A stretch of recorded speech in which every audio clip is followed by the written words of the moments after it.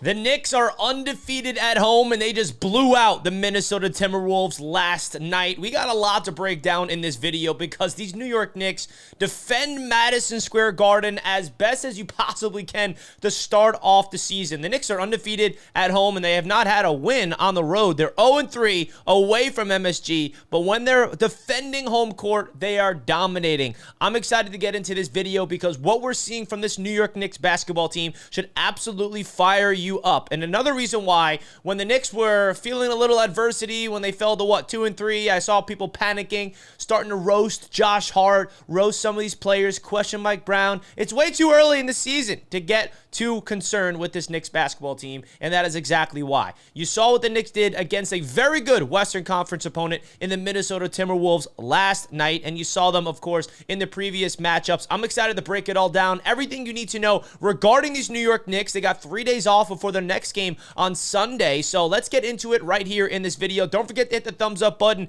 Comment down below your biggest takeaways from these New York Knicks, as always, and subscribe to Knicks Media if you're new to the channel. So let's get straight into business. The best part about this Knicks basketball team that we are all loving is they keep having like 6 players getting double figures. That is what tells you this Knicks team is absolutely different. The depth, there's a new man stepping up every single time. Last night, it was Josh Hart, OG Anunoby, Mitchell Robinson really stepping up. I mean, the fact that Mitchell Robinson's out there playing ball, it's a breath of fresh air because he started off the season injured with load management.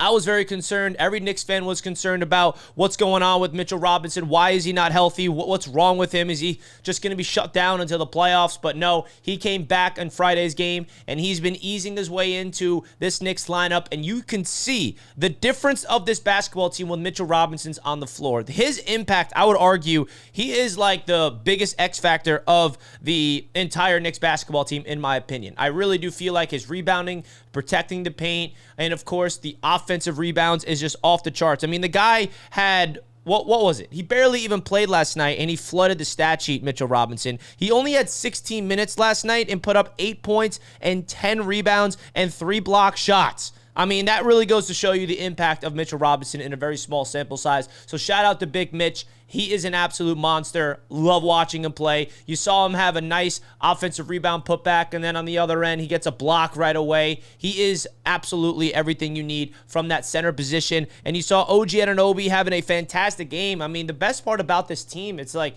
every night, it's like, oh, we're talking about OG tonight, Brunson the other night, Cat this night. I mean, it's really awesome to watch this Knicks team go out there and how balanced they are. OG Anunoby with 25 and 8, 2 steals and a block, just all over the place, getting his hands on the basketball, just forcing turnovers, being the menace that he is. Love seeing OG get really aggressive offensively as well. Jalen Brunson struggled in the first half, turned it up to another level in the second half like he usually does. Cat was 15 and 10 with the double-double. Josh Hart with a really good basketball game, man, and I feel like I want to focus on Josh Hart because there was way too much slander going to his direction early on in the season. And yeah, he wasn't playing good. I mean, of course, when these players are not playing good basketball, Knicks fans are going to be critical. But I feel like people forget what value Josh Hart brings to this team, and you're seeing it. He is absolutely hitting his shots from beyond the arc. And when Josh Hart is hitting his shots from downtown, his game opens up. He gets downhill in transition. He can spray it out to the open shooter. He gets the rebounds. He plays with hustle. He plays with tenacity. He's a big piece to what this Knicks team is doing, and it's really fun to watch him go out there and play some winning basketball. In 27 minutes, he had 18 points, 4 assists, 5 rebounds, 7 of 12 from the field, 4 of 5 from beyond the arc. I see you, Josh Hart, shooting the ball efficiently from downtown. Now, Deuce McBride, he had a good game off the bench with 14 points. And the cool thing about the bench is Jordan Clarkson, he was the guy that dominated in the back-to-back games on Sunday and Monday. And he's like, all right, tonight's my night off. Josh Hart, it's your time to take over the bench. It feels like this bench unit with Clarkson, Hart, Deuce, I mean, even Yabusele and all the other guys, Landry Shamet, it feels like you pick your poison. Who is going to be the guy that goes off the bench? And I feel like when the Knicks don't really have that guy off the bench to really give the spark, it's hard for them to get some consistent wins. But when you have the bench unit playing the way that they did last night, it really goes to show you how dangerous this Knicks team is. It was a competitive game at half, and you saw Julius Randle put up 30-plus points in his return to MSG. You knew he was going to do that, especially last year when he only put up 8 points at MSG in his return. Dante DiVincenzo had like 4 or 5 3-pointers. But this Knicks team in the second half just made their adjustments. They knew what they needed to do. They crashed the rebounds. They played smart basketball, and they completely blew the doors off of them, outscoring them by like 27 or 20-something points. And that really goes to show you the type of coach that we're seeing in Mike Brown. I'm really impressed with him, honestly. Like, the way that this offense is flowing, you can tell that he's coaching them to play basketball free. Lack of structure creates more fluidity based off what I'm seeing. And you're seeing this ball move freely. There's not a lot of stagnation, not a lot of ISO ball. You're seeing a lot of off-ball movement and just backdoor cuts, and seeing the guys create a plays for each other and crashing the rebounds and creating possessions for each other. I think the possession battle is something that Mike Brown prioritizes with this Knicks team. And like early on in this season, we're not undefeated. We have some losses, but hey, 3 losses on the road. All their games at home has been W's. And you look at the standings, the Knicks are 5-3 right now as the 3rd seed. You got the Chicago Bulls as the 1st seed at 6-1. The Knicks were able to give them their first L after getting revenge after losing to them in Chicago on Friday. And I feel like early on in the season, I really do feel like the Knicks are living up to the hype that we are all giving them, in my opinion. At least, like, you look at what's making them feel different. It is their chemistry with each other, and that's the cool thing about what Mike Brown is implementing with this basketball team. When you give them the freedom to just play ball and not really have these structure half-court sets and have these play calls, when you let them play free, that's when the chemistry really gets to be created, in my opinion. And I think that it's going to be one of those processes where this Knicks basketball team, they're going to get better as the season goes on, the more they get comfortable with each other. They have a whole season last year and a deep playoff run, and you see Mike Brown, he's trying to find the lineups on the floor that really work together. This is all about experimentation that I'm noticing, right?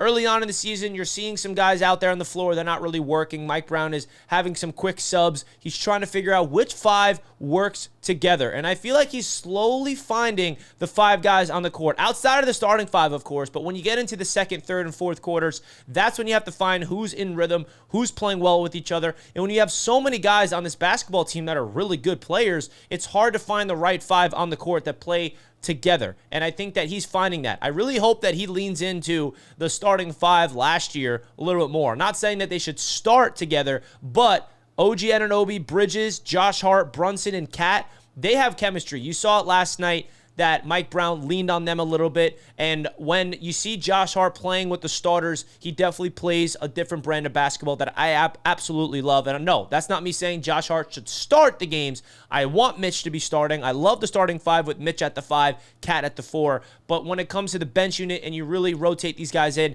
it really does feel like this Knicks team is on another level right now. They're playing efficient basketball. I mean, outscoring them in the second half by that many points really goes to show you the type of basketball team this team really is. Let me know your thoughts in the comments, folks, because I feel like there is a lot to love with this basketball team right now. And we have 3 days off before their next matchup. Can the Knicks go undefeated at home early on in the season? Because it feels like that, man. It feels good that they're finally defending home court for once, because it felt like for years, even when the Knicks were good these last few seasons, they still did not defend home court as much as we would like. But early on in the season, they're really prioritizing that. Of course, we want to win some games on the road, which we're going to have to see on their West Coast trip, I think, is coming up after this homestand. But at the end of the day, man, this Knicks team, they're balanced. They're playing together. They got everybody just not really focusing on one individual. We're not looking at Brunson to get you 40 a night or Cat. It's just a really well-balanced effort. This is why you cannot panic early on in the basketball season. Let them learn from their mistakes. Let some guys that are going through some, struggles, let them figure themselves out, like Josh Hart and all these other guys and the young dudes getting their minutes. I love this team, man. Every time I get to sit back and watch this Knicks team play basketball, I got a smile on my face because I just feel proud to be a Knicks fan, and that's not something I'm used to saying, even though it's been like 5 or 6 seasons of us being a good basketball team. So please feel free to sound off in the comments your overall thoughts. Definitely wanted to make this video. It's been hectic for me in terms of covering the NFL with the trade deadline and the Jets, but I'm happy to be back making some Knicks content now that the trade deadline is passed and I could put all my energy right here on the New York Knicks all season long. So make sure you guys comment down below your thoughts, and a big shout out to Sleeper, as always, for being the proud sponsor of Knicks Media all season long. You guys can make some awesome player prop bets on that app. If you guys want, you can use my code Knicks, and you get $20 for free when you sign up. 100% deposit match up to $100 as well. Terms and conditions apply, of course. Legal in 25 states. Make sure you guys check out Sleeper Picks. They got everything you need if you're trying to make your big-time player prop bets. Win up to 100x your money. So shout out to them, and a big shout out to everybody tuning into the show. Hit the thumbs up button. I'm out of here, folks. Let's go Knicks.